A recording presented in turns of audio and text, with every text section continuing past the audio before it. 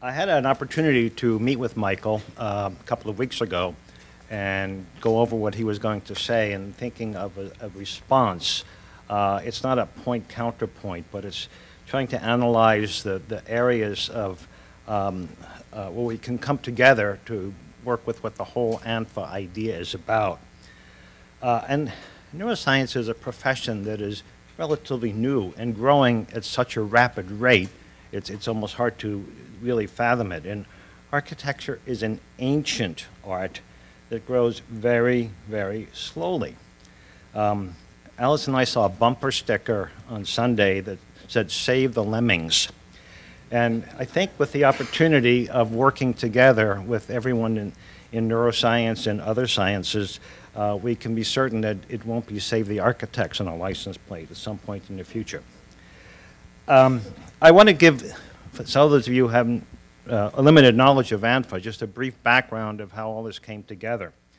When ANFA was strictly an idea, Allison, Fred Marks, John Eberhard, and I met at the Salk with 4 eminent neuroscientists. I tell people it was like a high school prom where the boys sit on one side and the girls sit on the other, but by late afternoon we were dancing. And we still are, and we're still dancing together. Rusty Gage forewarned us that we, the architects, would have to be more patient as the wheels turn much slower in the vast world of science. My son, he's 40 years old now, told me when he was contemplating his future that architecture was definitely not a choice because you have to wait so much time, almost a year, for your concepts to reach fruition. And that was long before Twitter and Facebook or even computers as we know them now. So patience is something I think we are learning. Results do take a long time, as does the requisite doctoral education. Michael comforted me with a comment that as long as we architects can reach the scientific American level of understanding, we can have, as President Obama would call it, a continuing conversation. And that's what we're having. Architecture appears to make quantum leaps, but in truth, it's mostly in the packaging. We have a slowly growing palette of materials, but measured in double digits, not millions and billions. And we use the same computers, but at less than 10% of their potential. And reinvent methods to do the same thing, albeit faster and with more accuracy. We discussed the diversity with regards to constructing an ANFA database as a starting point, but the realization that every variable conceivable from age, gender, ethnicity, cultural bias, and subjectivity would create a major, major task. But ANFA research offers a direction of a truly new way to design and build for an ever-increasing diverse population. I don't have a PowerPoint per se and very few images, which will explain some of the things I'm trying to get to. A memorable experience in our early years was a project that John Eberhard shared with us, the drawings of houses by preschool children from all parts of the world. They were nearly identical even when drawn by children from areas where the form did not exist in the built environment at all. Now, that's really good architecture.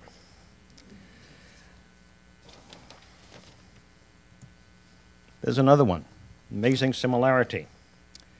Rhoda Kellogg, 1987, examined 1 million drawings done by young children. The drawings represent the work of an estimated 10,000 children from 4 to 8 years old from over 30 countries. She said that one must assume that there are specialized areas in the brain where the patterns or passage of nerve impulses may be stored. The pattern of electrical potentials, those certain neurons and over their connecting fibers form a unit. Each passage of a stream of neural impulses leaves behind a persisting facilitation so that impulses may pass that way again with greater ease. So we're talking about a collective memory in architecture as well as that of the individual. In the design process, we seek to embody the common denominators that give rise to order and form, and concurrently, the elements that capture the identities of individuals and human social groups. So do we need or want intelligent buildings? There are abundant reasons, as Michael outlined. We also need intelligent people to design buildings and to occupy them, bearing in mind that comic Stephen Wright advises us that half the people we know are below average. It's mathematically correct. Users will need to be trained to the level of driving a vehicle or staying up to date with a computer or whatever is the innovation du jour. When we explore the arena of intelligent buildings, the how exists as well as the blueprint for further development. The why is another issue. And to a large degree, where Michael leaves us with some very intriguing questions. The design industries are at the brink of learning a why never truly addressed before other than from intuition and with empirical data and resulting assumptions. The anticipation of human activities that could result from communication between the brain and the built environment are vast. When Michael and I were discussing this with specificity, I asked what happens in the same space when one partner is too cold, the other too hot, and the teenage son only dwells on this for nanoseconds amidst his plans for what to say to the opposite gender and when. The distant future may study this level of variables and materials, but the immediate and near future offers an operational system for less complex but extremely important interactive functions. To re-quote, the aim is to enhance the quality of life through reduction of stress, increased cognition, prolonged productivity, enhanced spiritual and emotional response. ANFA's original program, Beyond Intuition, clearly delineated buildings and the spaces that can be identified when the stated aims, done by a handful of creative architects and craftsmen, propelled by their own native genius at a different point in history. We learn from our forebears with appreciation and with visceral feelings. We attempt to describe why things were done, but just as the thousands of writers and critics that tell us what Shakespeare really thought, there still remains one Shakespeare who let his work speak for itself.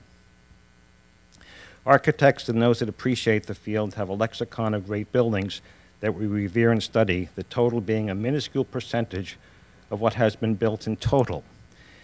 And architects tend to talk about architecture with a capital A and dismiss all other buildings as necessary but unimportant.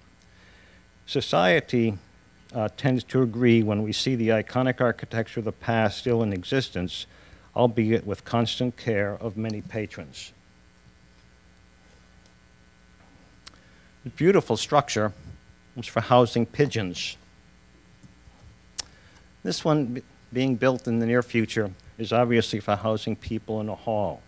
Very different, very beautiful, each in their own scale and in their own way. Imagine what awaits us, what neuroscience research offers us, even if only at the Scientific American level. Not a prescriptive list of do's and don'ts, but a real-time understanding of client input, functionality, and human response to space in the environment, all beyond a budget and programmed spaces. The time is ripe to develop paradigms that deeply integrate neuroscientific insights into architectural design practice and create classrooms that impact the cognitive processes of children, hospital rooms, that impact the recovery rate of patients, and work environments that improve white-collar productivity, as well as other spaces that favorably impact the brain. In our very first meeting, Rusty referred to the architecture of the brain. You heard Michael use that term a lot tonight also, in a three-dimensional context. This one comment immediately created a shared view of the professions. People generally think of buildings as static, and when they imagine them, rarely understand the three-dimensionality of them. It is appreciated when walking through a space, or simply moving one's head to experience it, or just moving the eyes. All the senses are involved directly or indirectly in the brain activity to create an experience. Created space, as described by Michael, is almost incomprehensible to the layperson. The inhabited space he referenced in comparing the brain of the animal with the brain of the room and their interaction, a column of reassignable brains, is a step towards the real potential of neuromorphic architecture.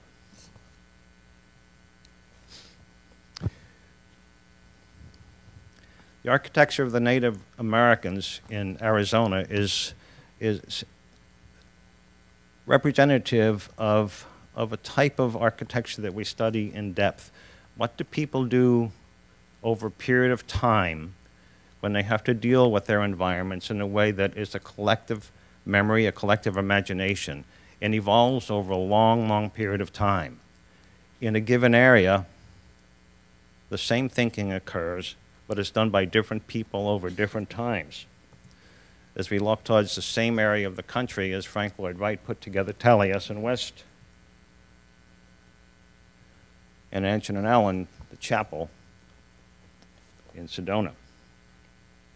Why do different volumes orchestrated create different emotional responses across the borders of cultures, wherever they be? Where do architects look first? Probably, as stated, in healthcare, learning, productivity, safety, and emergency response, the life, safety, and welfare mantra of NCARB, the National Council of Registration Boards, which gives us the examinations to practice.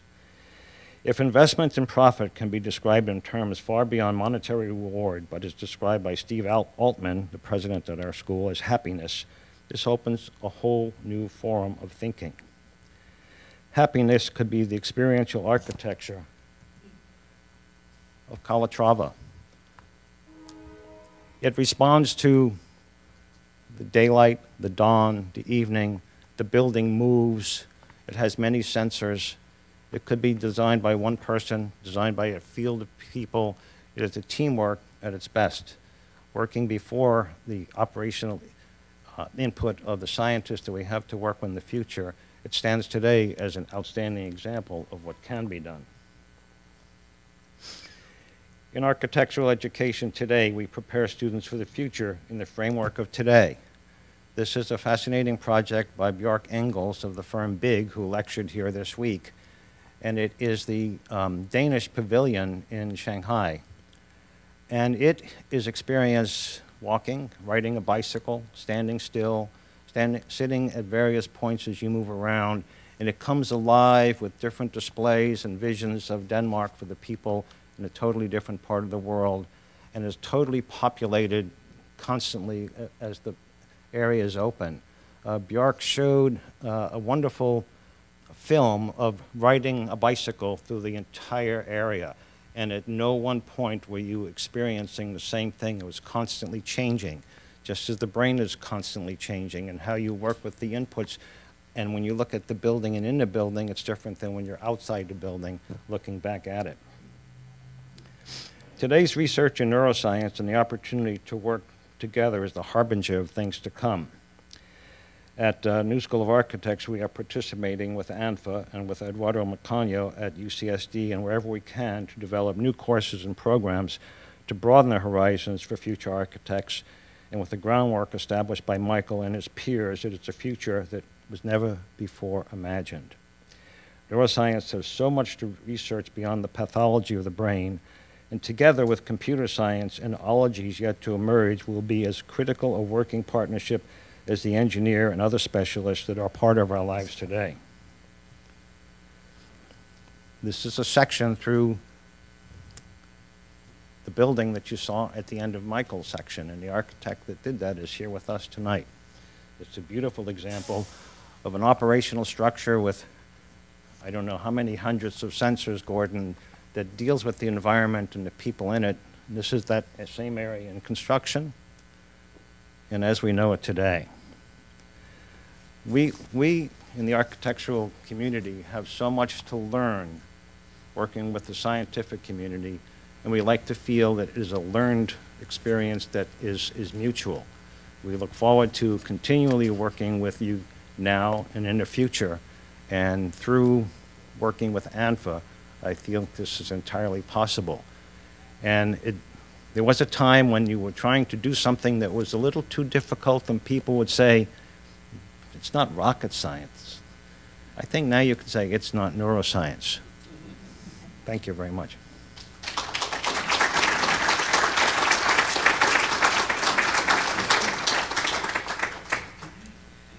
Thank you very much to both Michael and Gil. So we have a few minutes for questions and answers. Tonight you've heard a little bit of insight into what it's like, the kind of discussions that we have within the Academy of Neuroscience for Architecture. Sometimes we dance really beautiful dances, and sometimes it's pretty difficult to get our legs untangled from underneath us. but I think this has given you a little bit of insight tonight. So I'd like to invite Michael and Gil to come back up and take just a few questions and answers. I think we have about 5 or 10 minutes left.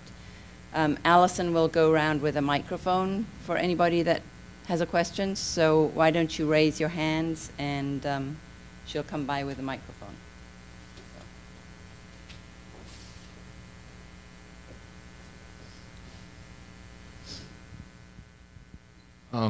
You went over and over again how your scope is set at increasing comfort, livability, and to lower energy. Like that's sort of your the purpose for the academy, or your direction in design right now. And I feel like that's kind of a utopic vision. Like, how do you use neuroscience and the ability to, with neuroscience, to analyze complex systems to understand war or mental problems and things such as that? Do you guys see that as an opportunity more than trying to just make spaces that are nicer to deal with the complexity of cities, and how are you going to go about that? In the broadest sense, there's an infinite number of variables that we'll be working with, and we're just touching the surface. We have a few courses in neuroscience that don't come even close to what Michael was discussing tonight, but being able to help students in the problem-solving mechanisms of how they work with architecture, and not just putting a building together, but discussing architecture from an urban design perspective, from the responsibility of what we do, and looking at the fact that I think we have a long time avoided the responsibility and been part of the problems that are on the planet right now. But working with the sciences, it's not just an engineering approach, it's looking at how each person can think about things differently in different cultures. What are the common denominators that we have to work together to solve, and what makes the resolutions of these things different in different parts of the world and in different 2 miles away from where you are right now. We're a long way from being there, but you have to start someplace. Let me try a different answer. I think it's a little bit much to ask of either architects or neuroscientists to solve the problem of war. But I think mental health is something that we can approach both singly and together. Singly, a great deal of research is currently underway on what is going on in autism, schizophrenia, Alzheimer's disease, trying to understand what are the brain mechanisms that allow normal cognitive behavior, how do they go wrong, what can be done to treat them in terms of, for example, interference through the use of various drugs and other therapies. Where the partnership comes into play is to imagine how we can make hospitals and mental asylums, if you'll pardon the word, and places of this kind better environments in which recovery can take place in an environmental way. So the first is neuroscience working with clinicians, the second is neuroscience working with architects. But if you imagine that we could design an architecture such that Gaddafi would have turned out to be a sane, well-balanced individual who loves to look after his people, I'm afraid we're not going to manage it in the near future.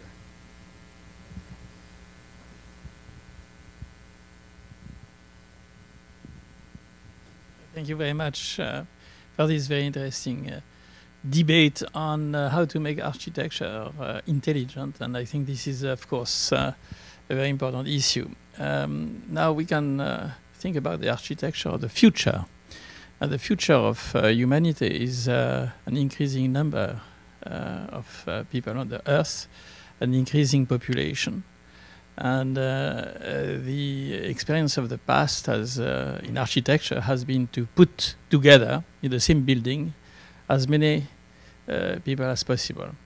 Le Corbusier, for instance, in France, has tried to pack human beings in his buildings using the modular as being, according to himself, the best way of packing people together. We can see all these buildings here.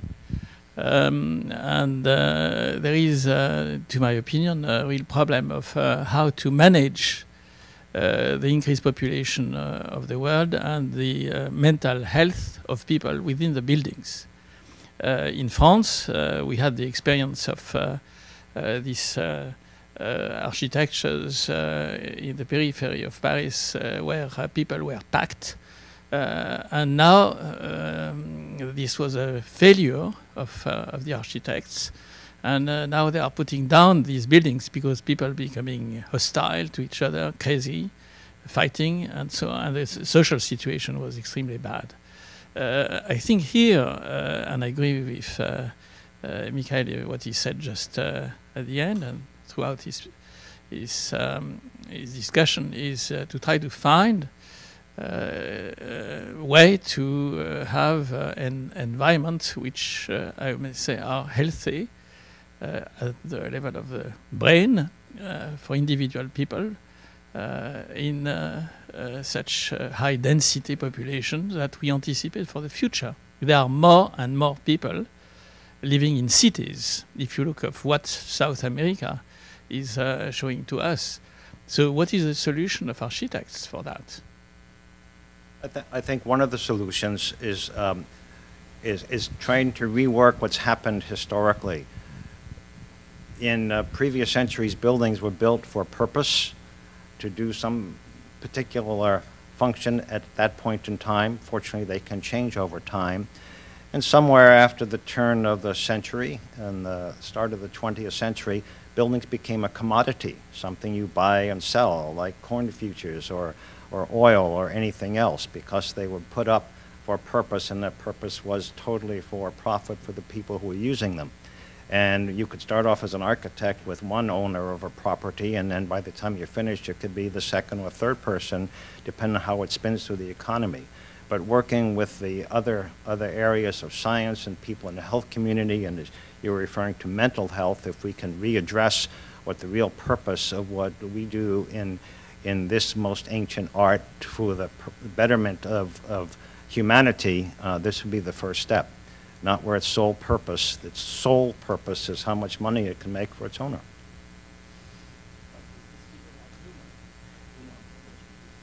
Let me just return to the two themes, the neuroscience of the architectural experience and the neuromorphic architecture.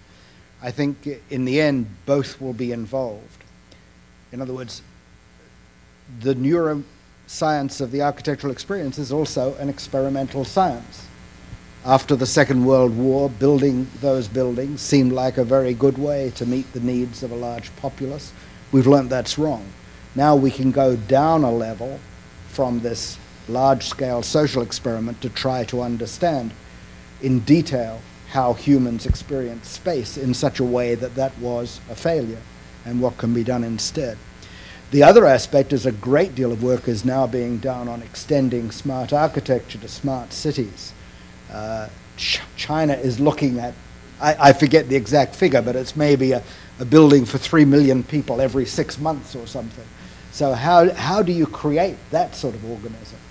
And then how to create a brain on that scale for a system, and then buildings with their brains within that scale, and then finally that it does meet the needs of the individual human. These are immense challenges which will require an immense amount of insight all the way from the social sciences through the neuroscientists to the work of architects and many other specialists as well. There's one other thing I would add, is that within the social blight that I described, there are many truly great architects who understand the full gamut of what it needs to be done, and these are the people, these are the architects who are working not just with architecture as a building, but dealing with the social issues, dealing with hospitals that are not so far more than rooms in which people can stay there and get better, but get better quicker and in every way imaginable.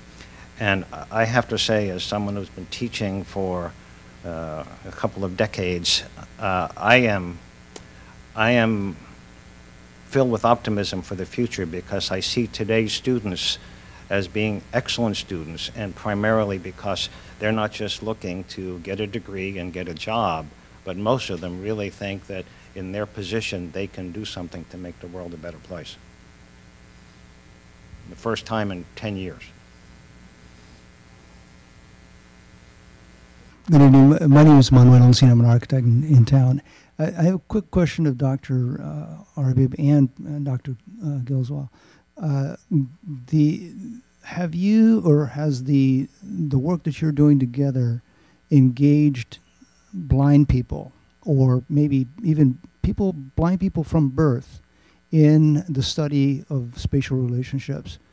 And if you could comment on that.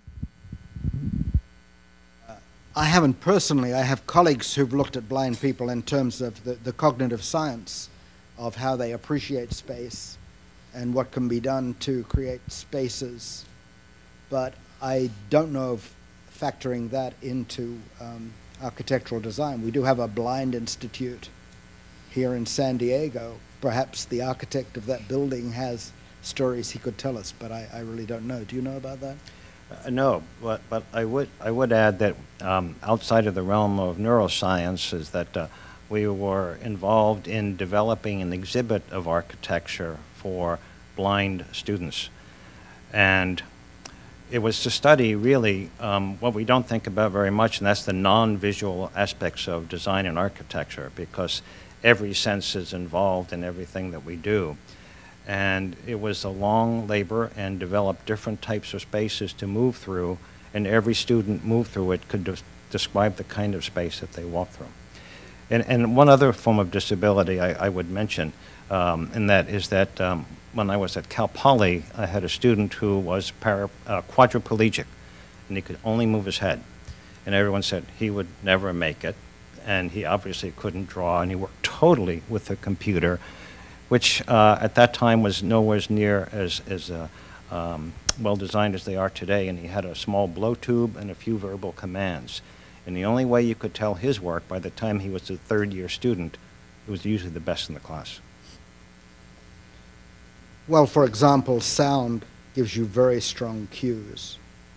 The layout of gardens in terms of perfume can be very powerful for blind people. The issue of how do you do wayfinding, where you can perhaps feel a pathway with your foot or your cane rather than seeing it. What sort of texture can give you a cue as to where you are, and things of this kind. So these are all things that I know about as a cognitive scientist, but I have not yet explored with my architect colleagues. Thank you. Eve Edelstein. I've had the fortune of working with ANFA. I'm a product of it in that I'm a neuroscientist and then did my architecture degree at NewSchool. And so I wanted to offer some encouragement to the interesting questions, because I've had the opportunity to work with architects on real projects where we've actually taken some neuroscientific principles that have dealt with mental health, blindness, autism, and multiple developmental delays, and made changes to projects that are actually being built that will incorporate some of the principles that you spoke of and asked of, including how circadian rhythms affect the mental status of both staff and patients who live within hospitals, and all the way to how learning environments might be improved for movement and learning within those spaces. So we're beginning to see real science translated into real architecture. If I may add, Eve is one of the people that was dubbed by John Eberhard as one of the pioneers, the people who really are getting educated in both areas, and the people who we'll be dependent on their future for teaching people in both areas. So thank you, Eve.